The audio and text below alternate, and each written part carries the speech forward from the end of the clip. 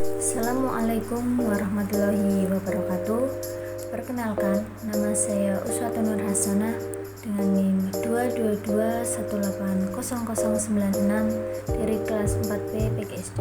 Di video kali ini saya akan memberikan penjelasan mengenai peta konsep pada materi IPA kelas 4 bab 5 tentang daerahku dan kekayaan alamnya. Pada topik kali ini, peserta didik akan menemukan hubungan potensi kekayaan alam dengan kenampakan alam daerahnya, serta upaya yang dapat dilakukan untuk menjaga kekayaan alam tersebut. Perbedaan karakteristik ruang di setiap wilayah sangat mempengaruhi pola kehidupan. Berikut ini adalah beberapa pengaruh kenampakan alam dan potensi kekayaan alam suatu daerah. Yang pertama yaitu pegunungan. Daerah pegunungan dimanfaatkan sebagai lahan pertanian, perkebunan, dan kehutanan. Pemanfaatan daerah pegunungan sangat berguna bagi perekonomian dan usaha yang dapat meningkatkan kesejahteraan masyarakat. Misalnya, Pegunungan Dieng dari Jawa Tengah digunakan oleh masyarakat sebagai lahan pertanian kentang. Lalu ada Puncak Bogor dari Jawa Barat untuk perkebunan teh.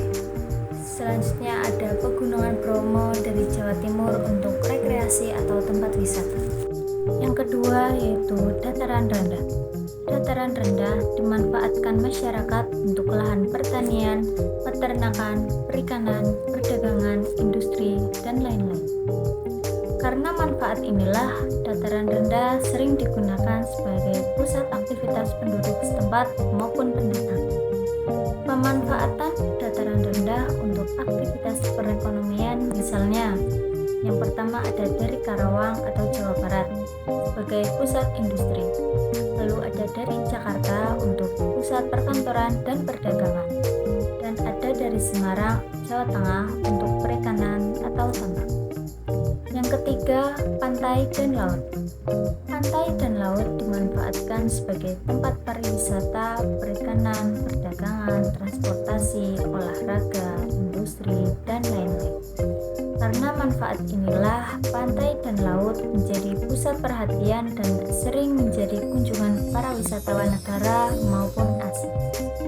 Contoh pemanfaatan pantai untuk kegiatan perekonomian adalah: yang pertama, pantai di Pulau Bali digunakan untuk tempat pariwisata, perdagangan, dan perhotelan.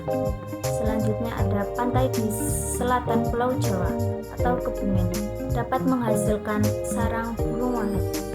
Selanjutnya ada di pantai di wilayah Pantura Jawa, ada di Indramayu, Cirebon, Brebes, Tegal, digunakan untuk perikanan tambak dan air payau.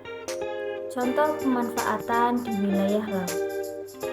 Di wilayah laut terdapat pemanfaatan di Selat Bali sebagai jalur transportasi masyarakat dari Pulau Jawa ke Pulau Bali. Selanjutnya dari laut Kepulauan Natuna atau Kepulauan Riau untuk pertambangan minyak bumi, dan lain-lain. Yang keempat ada sungai. Sungai digunakan masyarakat sebagai jalur transportasi, perdagangan, perikanan, olahraga, irigasi, dan PLTA. Karena manfaat inilah sungai menjadi sumber kehidupan bagi makhluk hidup, baik manusia, hewan, maupun tumbuhan yang ada di sekitar sungai itu sendiri. Pemanfaatan sungai di Indonesia ada banyak sekali, misalnya di Sungai Kapuas atau Kalimantan Barat sebagai jalur transportasi, Sungai Musi, Sumatera Selatan untuk perdagangan, Sungai Opak, Daerah Istimewa Yogyakarta untuk wahana olahraga, dan Sungai Bengawan Solo untuk irigasi, dan lain-lain. Dan yang terakhir ada danau dan waduk. Danau dan waduk dimanfaatkan untuk perikanan, pariwisata, olahraga, irigasi, dan PLTA. Karena manfaat inilah, danau berfungsi menjadi sumber kehidupan manusia yang penting menyimpan air dan mencegah terjadinya banjir. Pemanfaatan danau dan waduk di Indonesia sangat banyak.